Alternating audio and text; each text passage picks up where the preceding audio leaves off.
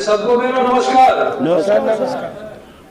प्रत्यक्ष सशरीर आपके साथ नहीं हूँ, लेकिन मन आपके साथ है। और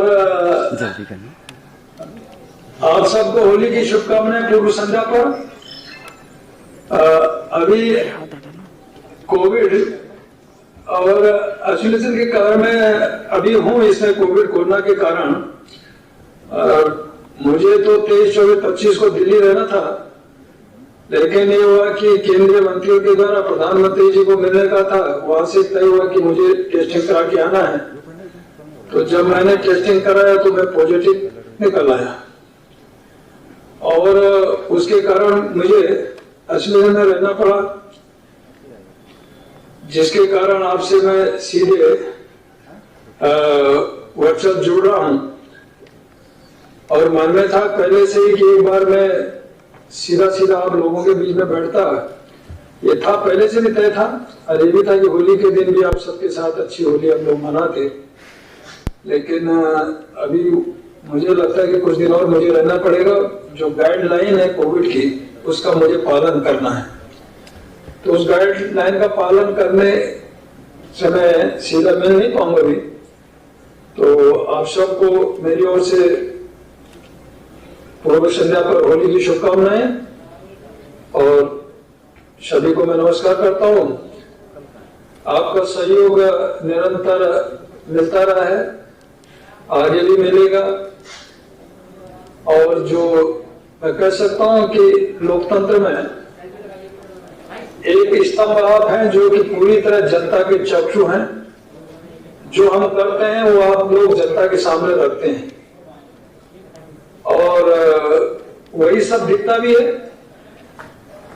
तो वह इतना ही है कि मैंने अभी जब से शपथ ली है, आप सब लोगों ने वो सामने दिखाया भी कि जो हमने काम किए उत्तराखंड के चौमुखी विकास के लिए हमको क्या करना चाहिए, तो उस ओर हम आगे बढ़े हैं और बढ़ रहे हैं। माननीय प्रधानमंत्री मोदी जी की विशेष कृपा दृष्टि इस उत्तराखंड पे है कि वो भी चाहते हैं कि यहाँ का चौमुखी विकास हो। 4 धाम प्रोजेक्ट है, ऑल वेदर रोड है, भारतमाला रोड है, रेलवे है, ये सब चीजें जो दिख रही हैं। लेकिन साथ साथ प्रदेश के उसमें भी हमको क्या करना। तो मेरा जो प्राथमिक अपने एक विशेष व्यक्तिगत जो सोच है रही है कि यहाँ का स्वास्थ्य और शिक्षा और सड़कें, पानी, ये सब चीजें ठीक हों, और साथ में पलायन को भी हम लोग रोकने का काम करें। तो इन सब को देखते हुए इन 3-4 दिन जो मुझे मिले हैं यहाँ, तो मैंने सीधे वर्चुअल मीटिंगें की हैं। एक दिन में 2-2, 3-3 मीटिंगें भी मैं कर रहा हूँ सारे अधिकारी ब्यूरोक्रेट के साथ में, और हर विभाग का फीडबैक लेते हुए उनको निर्देशित भी करने का काम मैंने किया है। क्या होना चाहिए उस फील्ड में, उस विभाग के अंदर, तो जो आम जन के उसमें हो, विकास से जुड़ा हुआ इस तरह का। तो कुछ अलग अलग विभाग है। आज भी 4 बजे एक और मीटिंग है। तो मैं यहाँ भले अलग हूँ, लेकिन बैठा नहीं हूँ, काम कर रहा हूँ, वर्क कर रहा हूँ वर्चुअल पूरी तरह से। तो पूरी तरह फाइलें और अन्य जो भी मुझे निर्देशित करना है, जो भी अपना वर्किंग करना है, उसमें लगा हूँ। अभी मैंने स्वास्थ्य की बात की है, तो स्वास्थ्य की दृष्टि से भी मेरे सामने पहला जो ये है प्राथमिक स्वास्थ्य, क्योंकि कोविड है, कोरोना है, और एक समय 0 हो गया था, लेकिन अब फिर थोड़ा सा शुरू हुआ है। उसके लिए भी हमने यही कहा कि भारत सरकार की गाइडलाइन है, उसका हमको पालन करना चाहिए, 100% पालन करना चाहिए। ऐसा मेरा आपके माध्यम से भी सबको, आम जनता को, मास्क लगाएं, सैनिटाइज का उपयोग करें, बार साबुन से हाथ धोएं, ऐसा एक जो करना चाहिए, तो वो हमने कहा है। लेकिन साथ ही मेरा ये भी कि जो स्वास्थ्य हमको प्रदेश के अंदर जिस प्रकार का आगे, और इसको दूर दराज गांव तक ठीक स्थिति में हो, आम आदमी परेशान न हो, वहीं उसको सुविधाएं मिले स्वास्थ्य की। तो उसके लिए पहला काम तो यह है कि 138 जो 108 हमारी एम्बुलेंस थी, और उसको हमने बढ़ाया है 138। ऐसे 200-250 के लगभग इसकी संख्या जाती है पूरे प्रदेश के अंदर। ये अभी हमने तत्काल 138 की स्वीकृति दी है और वो किया है।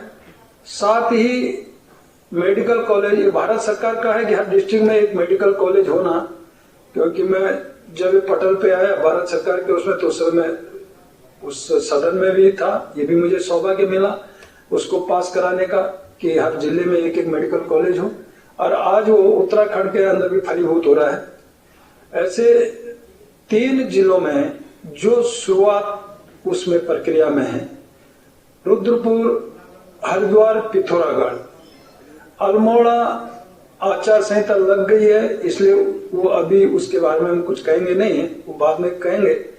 लेकिन 3 जो जिलों में है, तो रुद्रपुर में ऐसे 100-300 करोड़ 100-300 करोड़ 100-300 करोड़ सभी में मिला है, जिसमें कि 10% हम लोग अपना स्वयं का लगाते हैं, ऐसा एक है।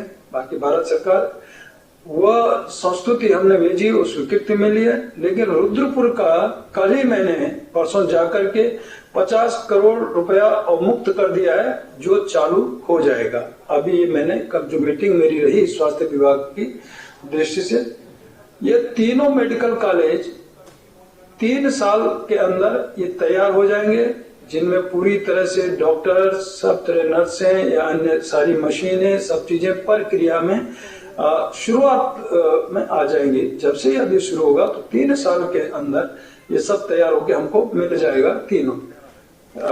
जैसे मैंने अल्मोड़ा कहा, तो अल्मोड़ा आचार संहिता, इसलिए उसके बारे में कुछ कहूंगा नहीं, वो आगे जब होगा। तो ऐसी एक चिकित्सकों की भर्तियां भी हमने तत्काल, मैंने कल ही कहा कि ये भर्तियां शुरू हो जानी चाहिए, इस पर प्रक्रिया जारी हो जानी चाहिए, क्योंकि डॉक्टरों का बहुत बड़ा अभाव है।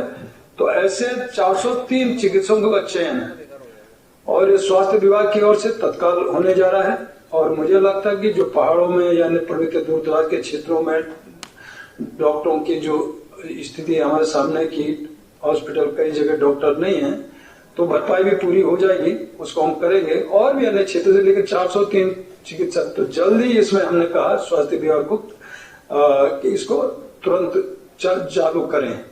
ऐसे 21 प्रोफेसरों का मेडिकल कॉलेज हेतु ऐसा चयन प्रक्रिया प्रारंभ कर दी गई है। 92 असिस्टेंट प्रोफेसरों का ऐसा चयन मेडिकल कॉलेज के हेतु भी यह भी प्रक्रिया प्रारंभ की है।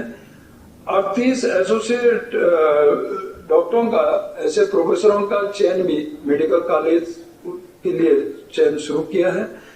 ऐसे 2600 नर्सें की भर्ती का प्रक्रिया भी मैंने कल ही कहा कि इसको तत्काल शुरू करें, और शायद कि अप्रैल माह में इसकी जो भी है प्रक्रियाएं, परीक्षा आदि का काम शुरू होगा अंत तक। तो ये मैंने स्वास्थ्य विभाग की जब बैठक ली है और उसके बाद जब समीक्षा, ये सारी चीजें तो इसका निर्देशित किए हैं, ये तत्काल ये सारी चीजें होने वाली हैं। कोविड के समय में भी अभी जो है, तो अभी जो हाल ही में हमने जब किया, अभी मैं हरिद्वार भी गया और जगह भी इस तरह किया, तो उसको दृष्टिगत रखते हुए तो राज्य के चिकित्सकों में ऑक्सीजन और ऐसा एक जनरेटर प्लांट इसको भी किया है, और वेंटिलेटर बड़ी मात्रा में हमने दिए हैं। ऑक्सीजन बेड, आईसीयू, ये सारा कुछ, तो ये सभी जिलों में जो हमारे जनपद हैं उनमें हमने ये सब किया है। यदि मैंने कहा कि मैं अल्मोड़ा की बात नहीं करूंगा, लेकिन बाकी शेष 12 जिलों में ये मैं बात कर रहा हूँ कि सभी जगह इस प्रकार का दिया है। ये जो आपको आंकड़े ये दे दिए जाएंगे, आपको कितना कितना कहाँ दिया है, तो हम पहुंचा देंगे। बाकी जो मैंने इन 3-4 दिनों में हमने कुछ इशू लिए थे, मुद्दे लिए थे, तो विषय तो बोल ही गए, आप लोगों के सामने विषय आए हैं। जब से हमने 4-5 बिंदुओं पे एक्शन लिया है, कुछ और विकास की दृष्टि से भी आगे कुछ काम किए हैं, और आगे हमारा फ्यूचर प्लान तो पर्यटन की दृष्टि से भी है, उसको भी हम कैसे आगे बढ़ाएंगे, क्योंकि यहाँ का जो आर्थिक दृष्टि से भी, और मैं कह सकता हूँ कि पलायन को रोकने के लिए भी एक बहुत बड़ा हमारे सामने ये पर्यटन और तीर्थाटन, तो इसको संवारने का काम भी हम लोग करेंगे, और कैसे इसको आगे इसकी दिशा सुधारनी है, ठीक करना है, इस और हमारा ध्यान है। इसके लिए मैं जल्दी फिर आगे अभी बैठेंगे, कार्यक्रम हम लोग करेंगे तो उसमें हम बढ़ेंगे।